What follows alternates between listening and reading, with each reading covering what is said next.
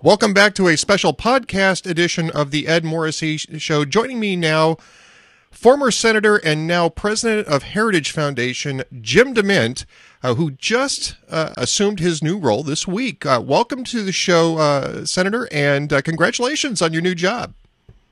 Well, thank you, Ed. I can't remember being this excited. I really feel like we have an opportunity now to take a conservative message in a positive way to the American people. So that's a big part of what I'm going to be doing.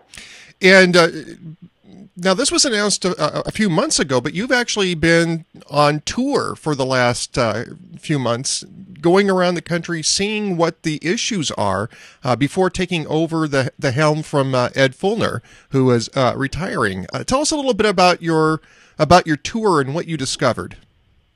It's really encouraged me, Ed. I've been in over 20 cities, and a lot of these cities we have discussion groups with people from all walks of life. I mean, we've talked to Hispanics, African Americans, women. We've talked to college students, just talking about what they care about and learning how we can connect the public policy ideas that will make their lives better with what they believe. And it's, as you know, it's frustrating that conservatives have the ideas that will make life better for everyone, but a lot of people don't perceive it that way, and that's a big part of what we want to do is show people we care by showing up and then listen to what they care about and make sure they understand that the policies we're talking about will help them achieve their goals.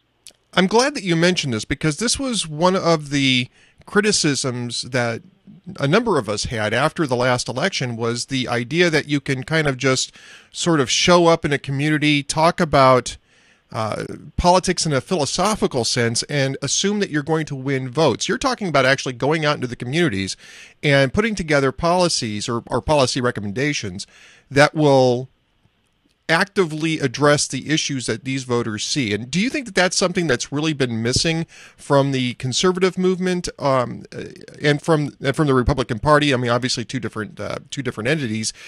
Not so much missing than that they weren't there, but missing in the sense that there weren't people on the ground who were just making themselves part of these communities and putting these ideas forward.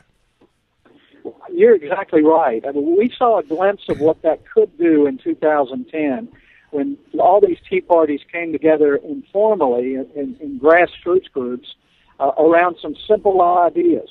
And that attracted not just conservatives, but libertarians, people who were not affiliated with any party. And it helped the Republicans who embraced those ideas to win the majority in the House. But in 2012, Republicans went totally the opposite way, tried to do top-down campaigns. It just doesn't work. People need to know you care about them, that they need to know you understand what they're up against in their lives. And that's why we're partnering with Heritage Action to actually build conservative communities all over the country to work with Tea Parties, local Republicans, anyone who will work with them to build a grassroots network where they know each other, they know what the issues are, and they know how they can make a difference. There should be plenty of opportunity here. I read the letter that you sent out yesterday as you were taking over the top job, and you mentioned that you went through Detroit, and there was something in here that I thought was really interesting in your letter. You mentioned that there were 400 convenience stores and not one supermarket chain in Detroit. I mean that really says something about the level of not just the level of how businesses are treated in Detroit, but also the level of services that the people there can access. Because you know, and I know convenience stores are very expensive, and they're not terribly good at carrying the better foods, the healthier foods, the multitude of options that these supermarket chains do. Well, Detroit used to be one of America's premier cities. But for over 50 years, it's been controlled by the liberal, progressive, big government, big taxes, high regulation, union-controlled policies that this president is pushing. But their population is now less than half of what it was 50 years ago. The kids in the 8th grade, only 7% read at the grade level. You've got unemployment for African Americans and Hispanics, 40%. So what we need to do, Ed, is show Americans where these policy ideas that the president is talking about end up. And we can also go to states with great economies like Texas and show that their flat, low or no tax rate, and their tort reform and the other things that they're doing create jobs for everyone, and they help everybody. So we've got to do a better job as conservatives of taking control of our message, not just leaving it to Republicans. The politics will follow. If we convince Americans that these are the right ideas, I think you'll see the politicians embrace them. Senator, you also mentioned in the letter about the increasing role that dependency plays in American culture. And just this week, we've been reminded, because this actually was a Census Bureau report from a few months ago, that we now have 50 million or more Americans living in poverty. That's up from 39.4 million at the end of 2008. During that same period of time, we have netted a negative 83,000 jobs. That's including today's data that just came out. You have a food stamp program that has increased 70% over the last 4 years.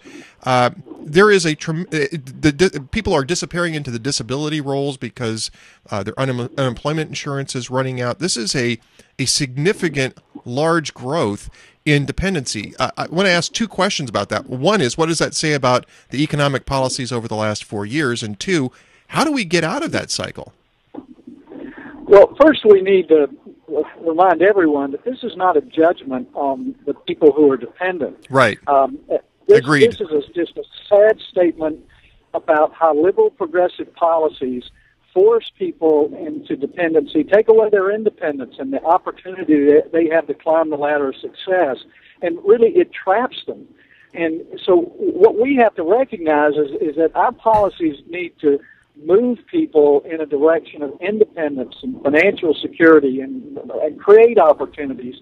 But when you have these liberal progressive policies that actually steal opportunities by snuffing out business and saying it's bad to be in business, then people end up dependent on the government, and they're more victims than anything else. And so we just need to help people see that there's a better way. And we're not judging people, even though the left doesn't even want us to talk about this. This is something that robs people of dignity and opportunity, and it's something we can no longer afford to do.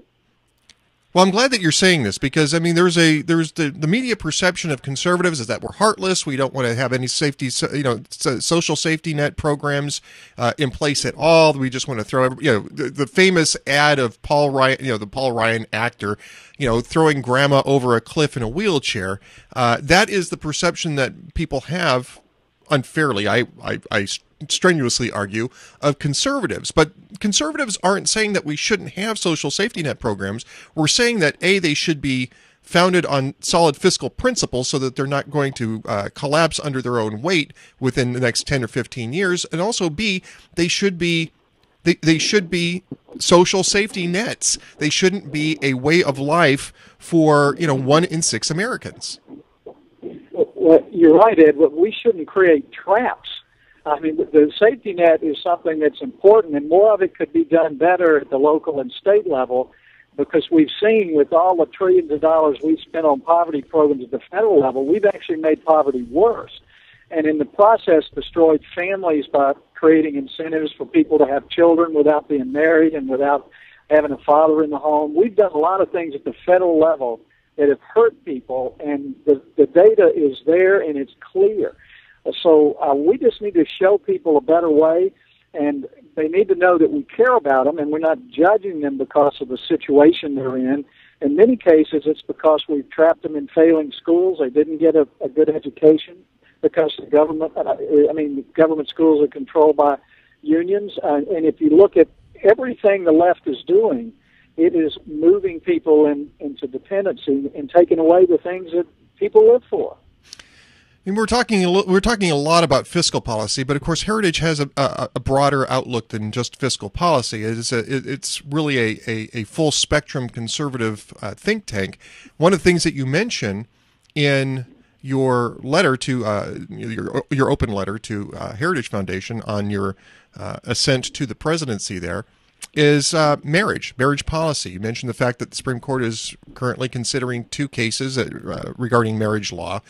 And There has been a tremendous shift in public opinion over the last 3 or 4 years about same-sex marriage. We are seeing a number of senators now all coming out and declaring their support for same-sex marriage. What is the Heritage position on that, and how does it relate to the financial issues that we're talking right now? This is, well, marriage, as you know, Ed, is the most fundamental social and economic unit in our country, and we've got all the data that shows that it is the best way to bring children in the world, to raise them in a way where they're productive citizens and that they create opportunities for themselves and others. We've got ample data to show that it is very difficult for children to succeed in a single-parent setting. Now, I was raised by a single mom, and I know you can make it. And so, that again, we're not judging those. We're just saying what is best for our children, what's best for our country. And marriage is something we need to promote and preserve, not redefine for political reasons. But marriage doesn't belong to the federal government. It existed long before the federal government. And for the federal government to come in and change what it means is another intrusion into our lives that we should all resist. This is not a judgment about a lifestyle. It is protecting something that is so essential to the American success story that we need to be careful not to give that away. Senator, you've just recently retired from the Senate. Of course, Tim Scott is now filling your place, and I think we're all delighted to see Senator Tim Scott there. But do you miss being in the Senate? Do you miss being part of that chamber with the ability to put those types of principles in play, or is it so difficult to do that in the Senate these days that this is a better option for you? You feel better about this? Well, it's a little of both. When I saw Rand Paul, Ted Cruz, and Mike Lee leading the filibuster, it made me want to go fight with them and stand with them, and I was so grateful so many Americans did. But for this point in time, I feel like God has called me to do something that is bigger than the Senate. The Senate is going to be more or less a treadmill, not going anywhere. Hopefully, these new folks in the Senate can help stop Obama from implementing any more of his ideas. But if we're going to save our country, we're going to have to convince Americans that the principles that made this country so great are still important to support and to vote for. Heritage gives me a better platform to do that outside the political sphere, but around the ideas that we know work. So I think I'm in the right place, and I miss some of the folks and a lot of our staff, but the people at Heritage are the best in the country at developing and promoting the ideas that make America great, so I'm honored to be a part of their team. Indeed.